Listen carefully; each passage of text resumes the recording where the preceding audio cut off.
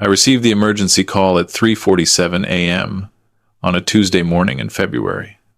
The kind of call that turns your blood to ice water even before you answer it. My son Marcus was in the trauma unit at Vancouver General Hospital.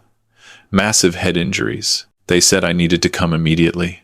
I'm Richard Westbrook, 67 years old, and I built Westbrook Industrial from a single mining equipment shop into the largest supplier in Western Canada. I thought I had retired from the business of destroying people, but that night, staring at my phone in my Calgary penthouse, I realized some instincts never die. They just wait. Before I tell you how I dismantled a woman's entire existence in less than 72 hours, please hit that like button and subscribe to Amber Vengeance. Drop a comment telling me which province you're watching from. I want to know how far this story travels across our country. I didn't call ahead. I didn't ask questions. I chartered a private jet and was wheels up within 40 minutes. During that flight over the Rockies, I tried calling my daughter-in-law, Victoria, 6 times. Every call went straight to voicemail. Victoria Chen, the woman my son had married 3 years ago in a wedding that cost more than most people's houses. The woman who had looked me in the eye at that altar and promised to love my boy in sickness and in health. The woman who was currently not answering her phone while her husband lay dying. When I walked into the ICU at Vancouver General, the fluorescent lights made everything look like a crime scene. Room 318. The nurse at the desk tried to stop me, tried to make me sign forms, but I didn't slow down. I'd already had my assistant ping Marcus's location to my phone. I'd already confirmed he was alone. The sight that met me in that room broke something fundamental in my chest. Marcus, my brilliant boy who had just turned 42, was hooked up to more machines than I could count. His head was wrapped in bandages so thick I could barely see his face. The rhythmic beep of the heart monitor was the only sound, a mechanical reminder that he was still here, still fighting. But the chair beside his bed was empty. Not just empty, but cold. No coat draped over the back. No purse on the floor. No coffee cup growing cold on the tray table. No sign that anyone who loved him had been there at all. I stood there gripping the bed rail until my knuckles went white. Then a doctor walked in, a young woman with exhausted eyes and a tablet clutched to her chest. "Are you family?" she asked. "I'm his father," I said. My voice sounded like gravel. "Where is his wife?" The doctor hesitated. In my experience, hesitation means someone's hiding a liability. "Mrs. Westbrook left about 2 hours ago," she said carefully. "She said she needed to go home and rest. She said the trauma was too much for her to process. Too much to process." My son had suffered what the doctor called a subdural hematoma after falling down the stairs at their Kitsilano townhouse, a fall that Victoria claimed happened while she was out getting groceries. A fall that somehow resulted in Marcus lying unconscious for 6 hours before Victoria found him and called 911. I looked at the empty chair. I looked at the machines breathing for my son. Then I pulled out my phone and made a call. "Find her," I told my head of security, a former RCMP officer named Catherine Brandt. "I don't care where she went. I want to know where Victoria Westbrook is right now." Catherine called back in 4 minutes. "Sir, you're not going to like this. Her credit card just pinged at the Fairmont Pacific Rim. The hotel, restaurant. She's having brunch. Brunch. While my son was in a coma, his wife was having eggs Benedict at a 5-star hotel." "Send me the live feed," I said. Catherine had access to security networks that most people don't know exist.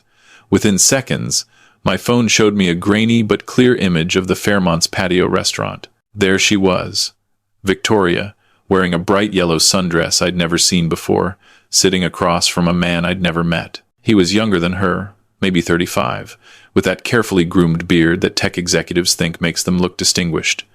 They were laughing, not the quiet, respectful conversation of someone whose husband was dying. They were laughing like people who didn't have a care in the world.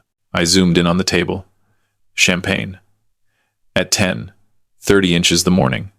2 glasses, both half empty, a bottle of Veuve Clicquot, sitting in an ice bucket between them. I watched as the man reached across the table and took Victoria's hand.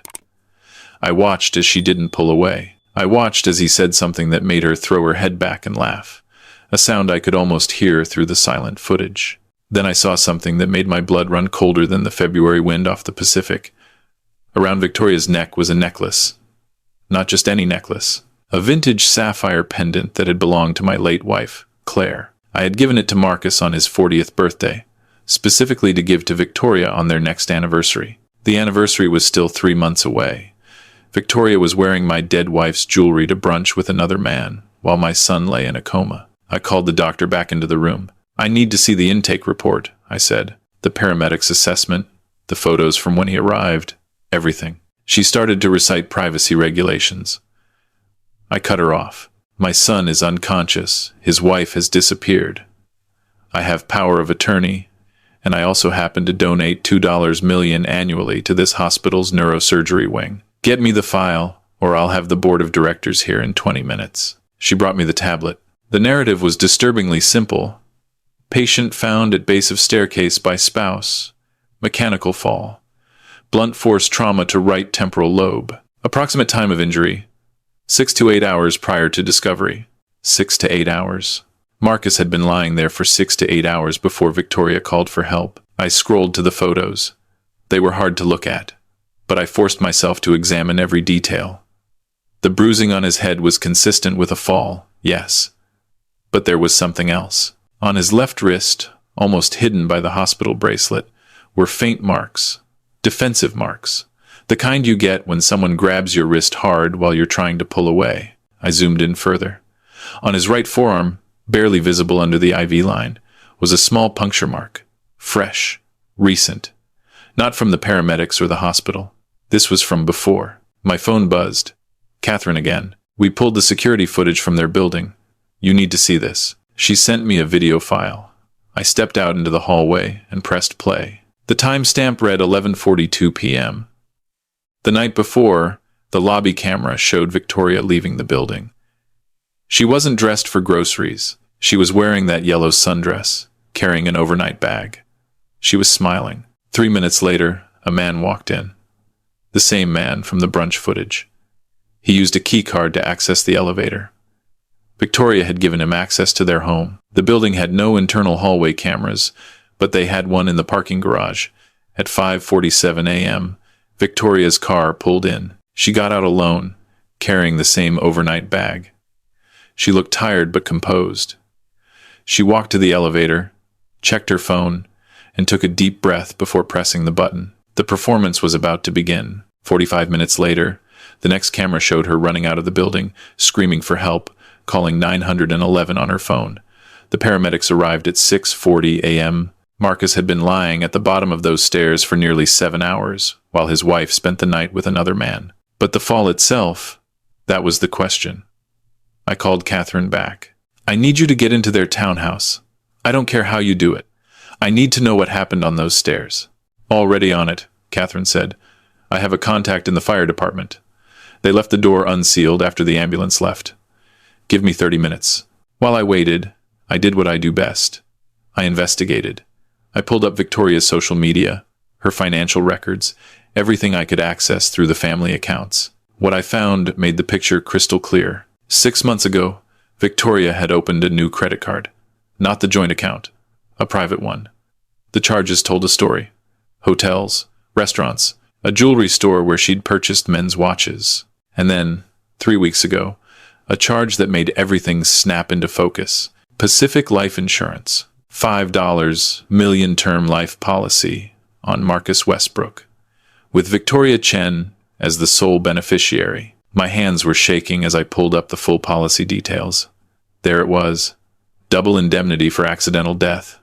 If Marcus died from a fall down the stairs, Victoria would collect $10 million. Catherine called back. "Richard, we found something.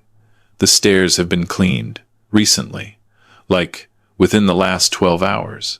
But we used luminol. There are traces of something on the 3rd step from the top. Blood? No. Worse. It's a pharmaceutical compound. We're running tests now, but preliminary analysis suggests a heavy sedative, likely dissolved in liquid. If someone ingested this, they'd lose motor control within 20 minutes. Balance, coordination, everything would go. My son hadn't fallen. He'd been drugged and pushed. I called my lawyer, Patricia Hahn, the most ruthless attorney in British Columbia. "Patricia, I need you to execute Protocol Omega.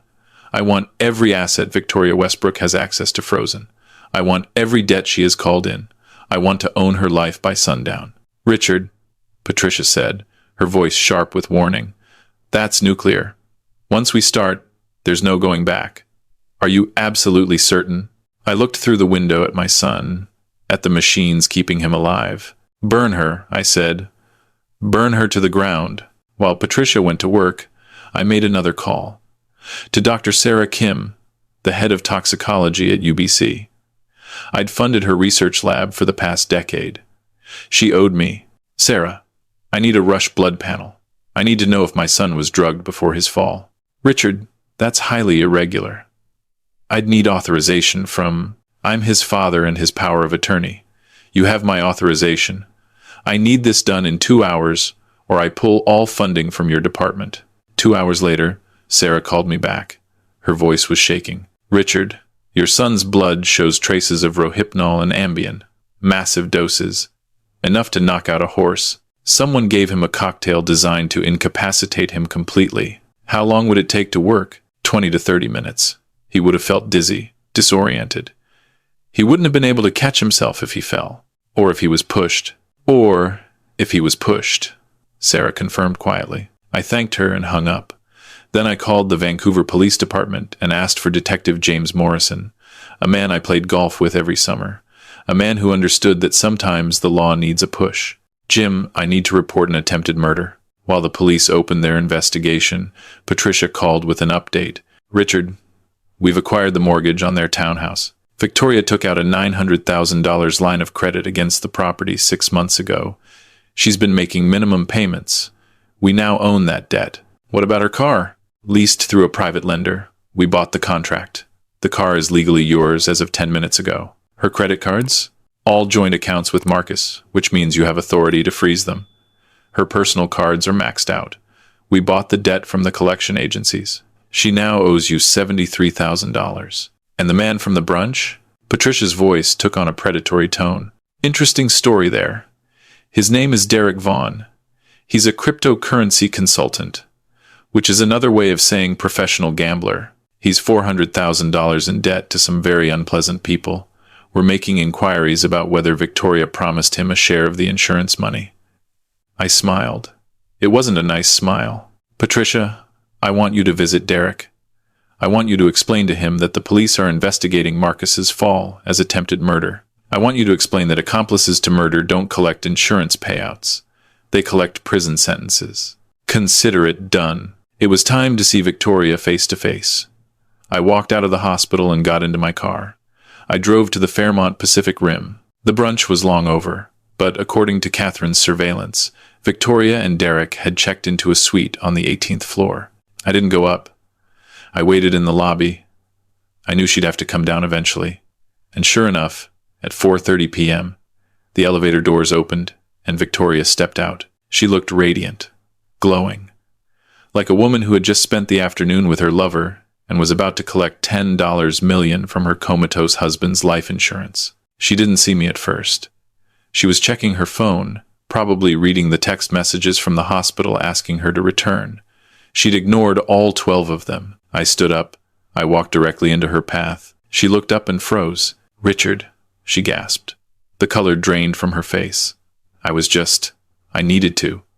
The hospital was too much. I needed a break. A break, I repeated. My voice was flat, emotionless. You needed a break at a 5-star hotel while my son fights for his life. You don't understand, she stammered. The trauma. I couldn't breathe. I couldn't think. Derek is just a friend. He was helping me cope.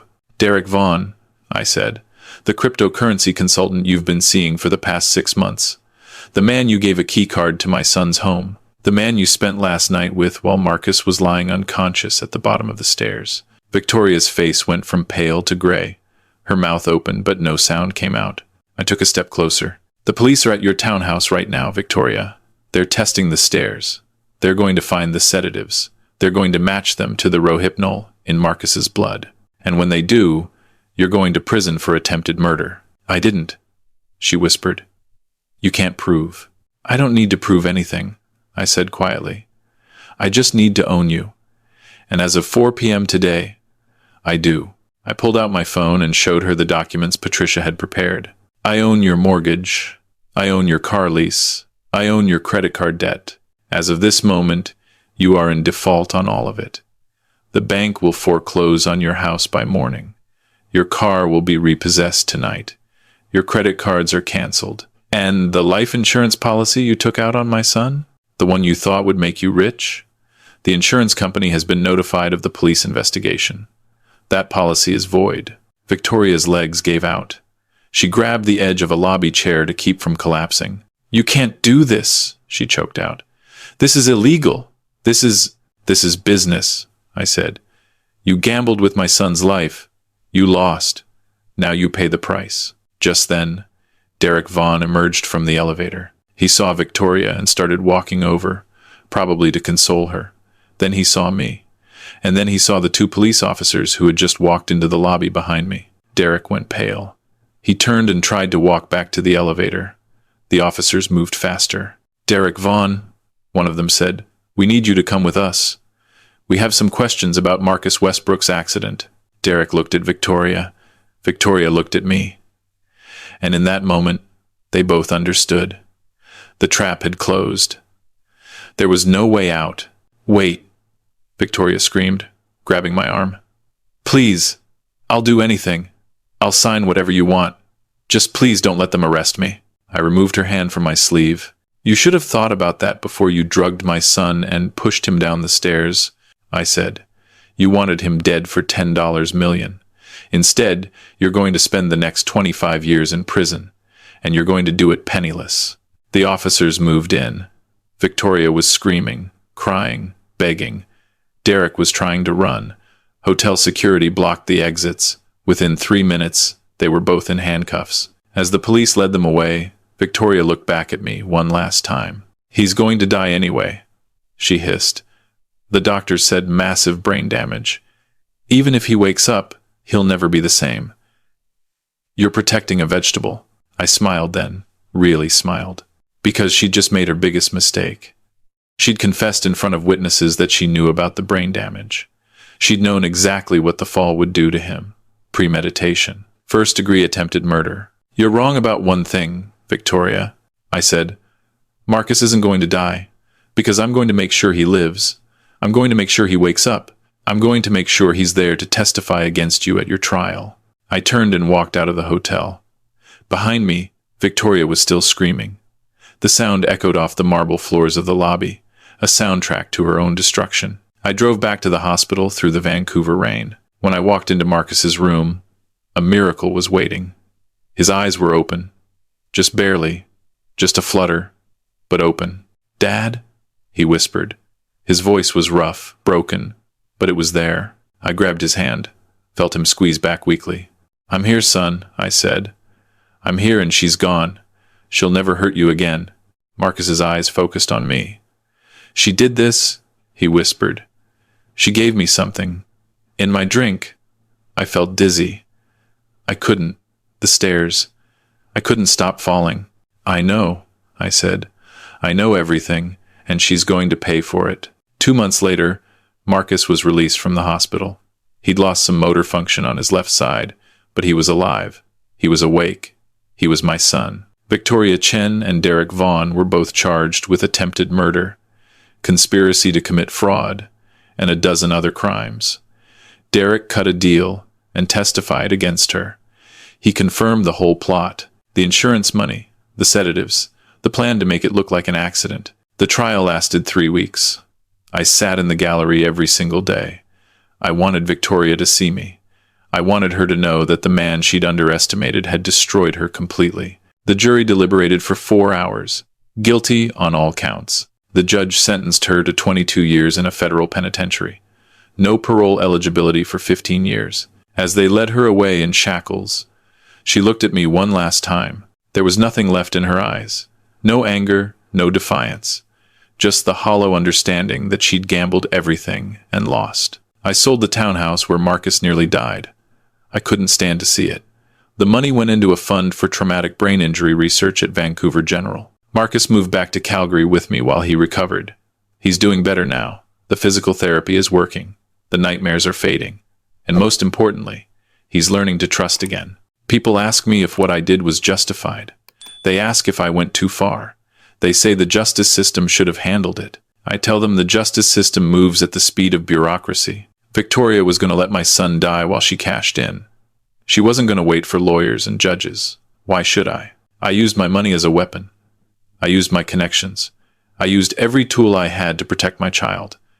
And if I had to do it again tomorrow, I wouldn't change a single thing. Because at the end of the day, when you strip away the houses and the cars and the bank accounts, all you really have is family. And if you can't protect that, what's the point of having anything else? This is Richard Westbrook signing off. If you believe in protecting your family by any means necessary, hit that subscribe button. Drop a comment telling me your story. And remember, if someone ever tries to hurt the people you love, don't just call a lawyer.